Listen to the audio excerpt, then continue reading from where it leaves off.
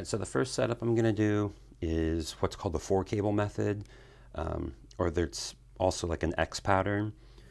So your guitar goes into the pedal's input, the NS2's input, and then the send, this lower one, this goes to the front of your amp.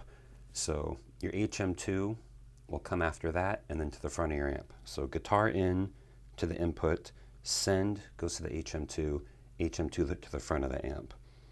So the return, this is from your amp's send in the effects loop.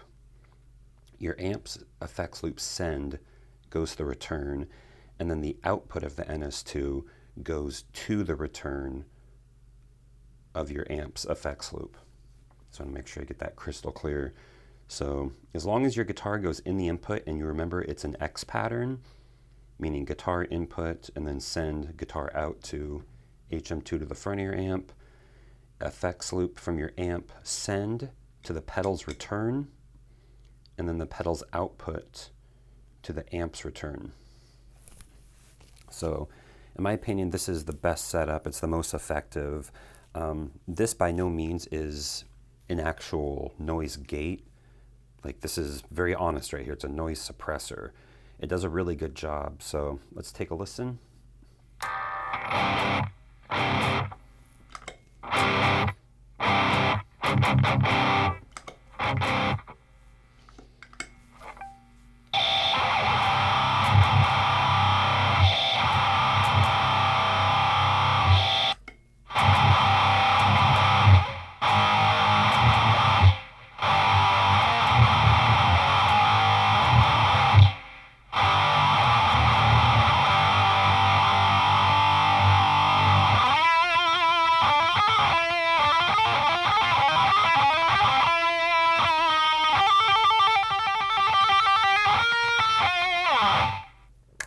So you can hear there with the single notes, it does have the potential to choke out the single notes.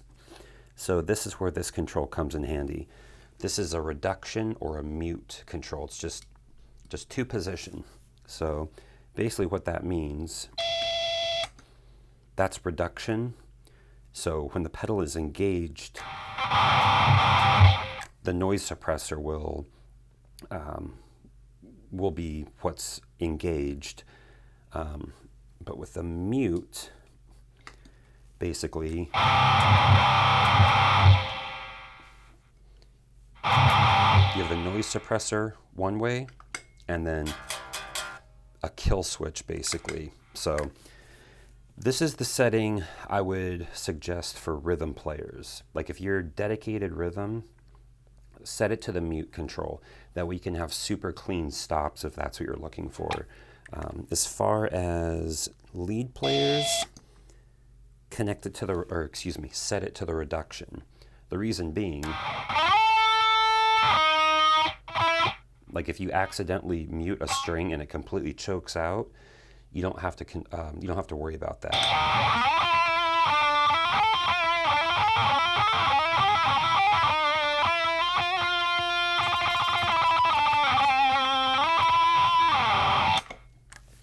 You can basically disengage the pedal so there's no noise suppression happening while you play leads or solos. So the second setup is utilizing the NS2's effects loop, and that's where you'll position your HM2. So your guitar to the pedal's input, and then the pedal output to the front of your amp, and then the NS2 send goes to the HM2's input, and the HM2 output goes to the NS2's return. One of my only gripes about this pedal is that the send and return, I feel like, should be backwards. When you go to hook this up on your pedal board, you'll see exactly what I'm talking about. Typically a pedal like this, like a utility pedal, is kind of out of the way and you're not really going to engage it that much. So think about it. Send is essentially an output, a signal out, but all the inputs are on the right side. So it's not that big of a deal, especially if you can route a cable under the pedal and back up. It won't cause a problem. But you do have to set this a bit more drastically than the 4-cable method. that I was showing before. So, give an example here.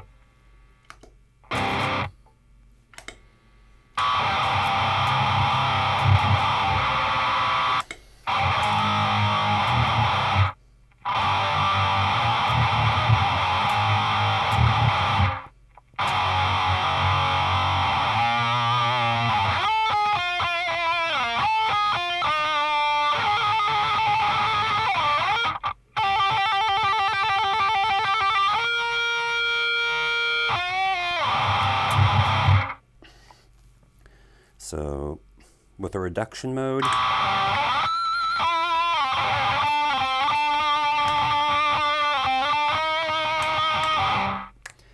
this setup is a bit more forgiving for leads than the 4 cable. The 4 cable really squashes all excess noise, so you do have to be careful with that setting or that setup. Yeah, it's one thing you can see right there with the mute.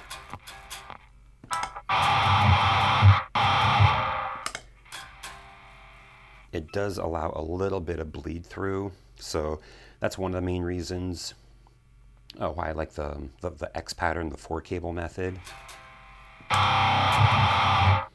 Mute really means mute. So this brings us to the third and final configuration using the NS-2 with the HM-2. This is hands down the worst way to run this. There's no use of any effects loop with this. It's just guitar to the input of the pedal, and then the NS-2 output into the HM-2 input, and HM-2 output to the front of your amp. I'll tell you right now, putting the HM-2 in front of the NS-2 does not work at all. It really degrades the signal. So, see how horrible this is. You also have to keep in mind you're not, like I said with the effects loop, there's no silencing of the amp with this. This is just the guitar signal.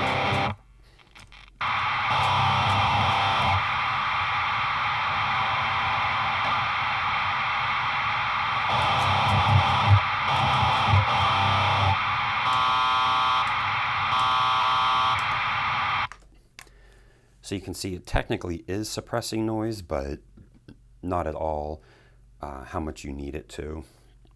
One final point. Don't ever use these 9-volt DC out to jump another pedal.